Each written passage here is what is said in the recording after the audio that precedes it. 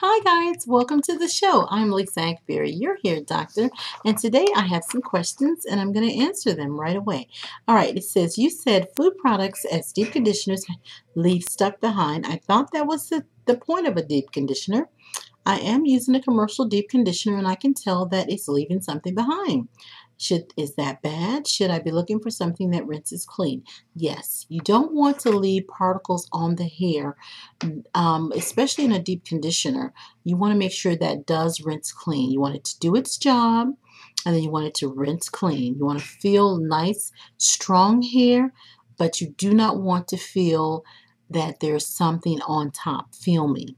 That's not good. And food products do that and do it even more so because the weight of the molecules that make up the food it's a lot more dense. Okay, next question. Hi, Mrs. Akbari. First, I want to say that you're one of the most sweetest. Oh, that's so sweet. She said, sweetest and kindest individuals. Thank you. Thank you so much for that compliment. She said, secondly, as far as my hair goes, I'm transitioning. Yay, okay. She said, I have been for 6 months. Good for you. And during that time, I have been knotting up, which of course leads to breakage. So my question is, do you think that getting a fade cut, not too low to the scalp, can reduce knots and help the hair grow out evenly? All right. No, a fade cut does not help the hair to grow out necessarily evenly. Well, you know what? Let me rephrase that. Okay. If you cut your hair off, if it's uneven now and you cut it even, the chances of getting an even hair, obtaining even length are great. So unless you damage it in one of the areas. So yes, that is one way to get an even head of hair. You have two options in dealing with the knotted hairs. You can start deep conditioning and be more careful with the hair. And then remember, guys, listen, you can cut it away if you want. If you don't want to be bothered with that and you're okay with shorter hair, then you're fine. You can cut it away. But I'm just telling you, you don't have to. You can deep condition using my techniques on my website to detangle, techniques to shampoo, and all the other videos that I got for you guys. If you follow that, then you're going to see a big difference, okay? Let's take a look at the rest of that question. She said, also, what are the pros and cons to getting a fade haircut? Of course, not too low to the scalp. Oh, do you have any tips on managing fades once the hair has been cut? And also, while it's growing out? Thank you so much. Okay. First, there's no really cons or bad things about cutting your hair. It's an option. You can choose to cut your hair if you want to do that. You don't have to worry about it. It's a style choice. That's what I believe about cutting. You can cut because you want it neater looking, grooming purposes, or you can I just want short hair. As far as styles, you got to remember that your hair, depending on your hair type, you may have the problem with the hair lying down for you, or I would say embrace the natural look. You just got to make up your mind whether or not you like natural, short, kinky hair. You have to make a decision, and I think you need to think about it before you cut your hair off, because once you've cut it, then you have that period of regrowth, the period of obtaining length again. So I don't think it's anything wrong with it, but I can tell you right away, the best way to groom it is to apply your leave-in conditioners, your moisturizers, and tie it down with a silk scarf so that it lays in a nice wave, and so you have more manageability. But that's pretty much, I'm hoping that I'm answering. I'm getting a little confused about what you're wanting from me, but just rephrase it if I didn't help, okay? All right, let's see. Next question, she said, it says, I appreciate you taking time to answer the questions. You're so welcome. I have more questions. Okay, keep them coming. How warm should the water be when shampooing your hair? What is your advice between the difference between creamy conditioners and clear conditioners? Is one more effective than the other? I have an old bottle of conditioner and it contains some of the cones. Can you give me, it gave me a slick, soft, and manageability. I found that those cones don't work for me. You're awesome. Okay, let's see. Conditioners, you said shampoos. Yeah, shampoos that are creamier, sometimes, in most cases, that's usually a clear indication that they're conditioners. They're conditioning shampoos, hydrating shampoos, and they don't clean well. They make your hair feel good. You're not tangled. People love them, but they're just bad long term. Conditioners with the silicones and things long term are bad. You get the slick look. People love that, but there's some natural things in products that humectants, moisture binding agents in your conditioner that can give you that nice feel to the hair as well. Glycerin is in the one that's not going to, that's going to be one, it would be more hair friendly. Okay, and so there's lots you can do besides the cones and definitely besides the conditioning shampoos. Next question.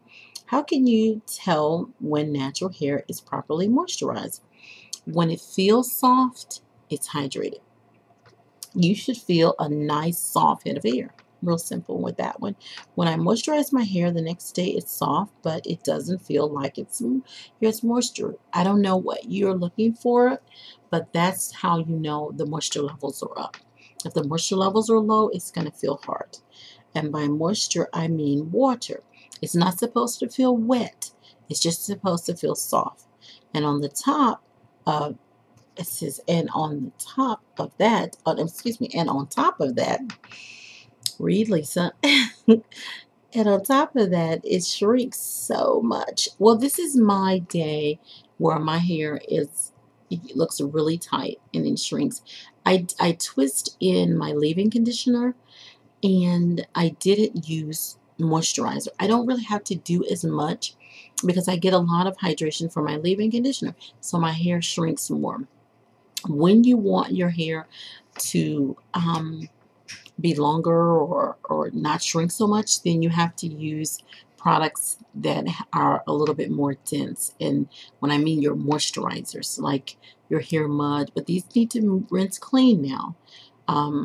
Your moisturizers that are, like I said, a little bit more dense. And then you need to twist and hang where you have the twist not tucking it. And that gives a little weight and you have your hair tends to look longer.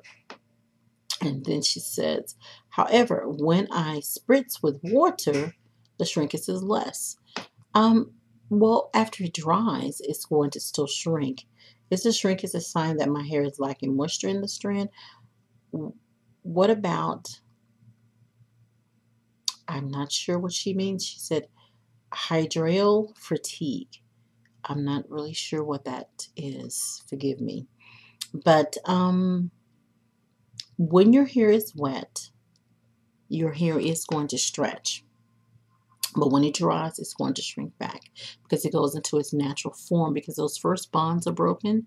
And when those bonds, the hydrogen bonds, when they break down, but they're not broken permanently. They're just, it softens the hair.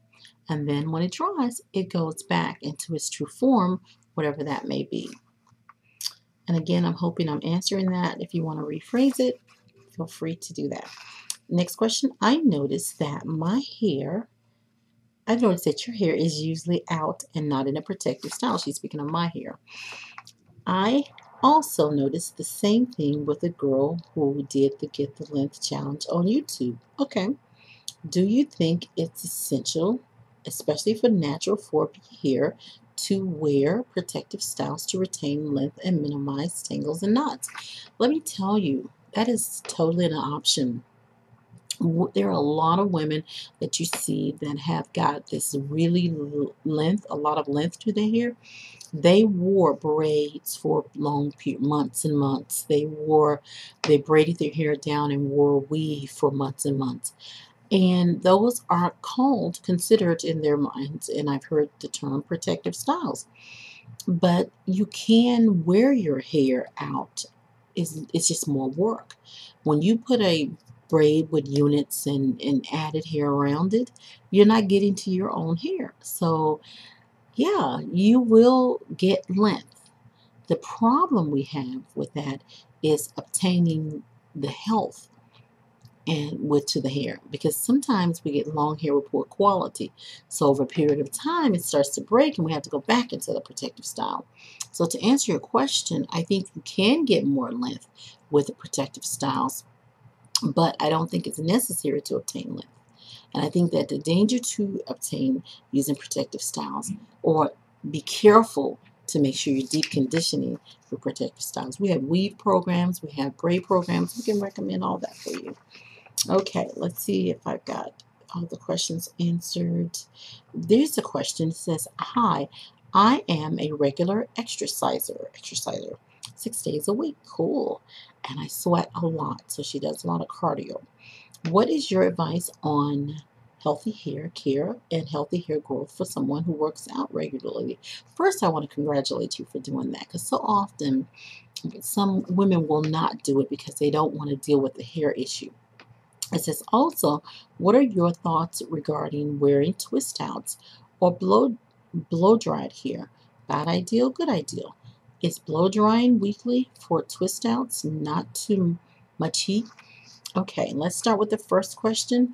You want to do what we call the quick fix. If you're working out and you're sweating anywhere from 24 to 48 hours, you need to get in there and do a quick fix. Lots of rinsing, and that's what a quick fix is. Lots of rinsing, one application of your clarifier, lots of rinsing, conditioner, and 60 seconds with the conditioner sitting on. Finish your shower, rinse, and you're out. And then put all your leave-in products on. You need to do the quick fix, 24 to 48 hours. Then the next part, twist outs are fine. Blow dryer, how often doesn't matter, as long as on contact you're safe. It's very difficult for a lot of people to blow dry safely.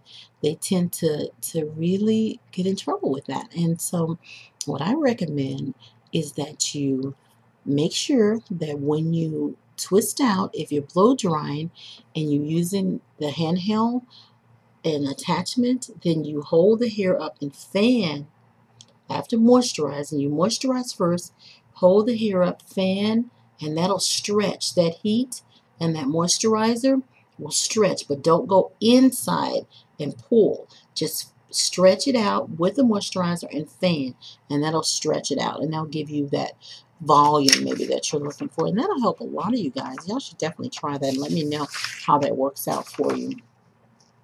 I think I've got all the questions in, and thank you guys so much. I love you. Thank you for the questions. There's so much I want to do as it relates to hair with y'all. We've got some exciting things. I know I said a lot about doing the vegan and the personal stuff, but I really want to stick to hair, and I want to get some topics. So tell me if there's any particular thing that you want to any topic you want to speak of, and I can do a whole show on that. Also, I'm going to go through my books, Black Woman's Guide to Beautiful Hair and Every Woman's Guide to Beautiful Hair. I'm going to go through those books. We're going to do like a portion of a chapter, and I'm going to start doing that as a special feature. And I may try to do that like right before we start our questions. So we've got some new stuff coming. Thanks a lot, guys. I love you. To God be the glory in Jesus. I'm Lisa Akbari. As I said, your hair doctor. Keep those questions coming. Talk to you real soon. Bye-bye.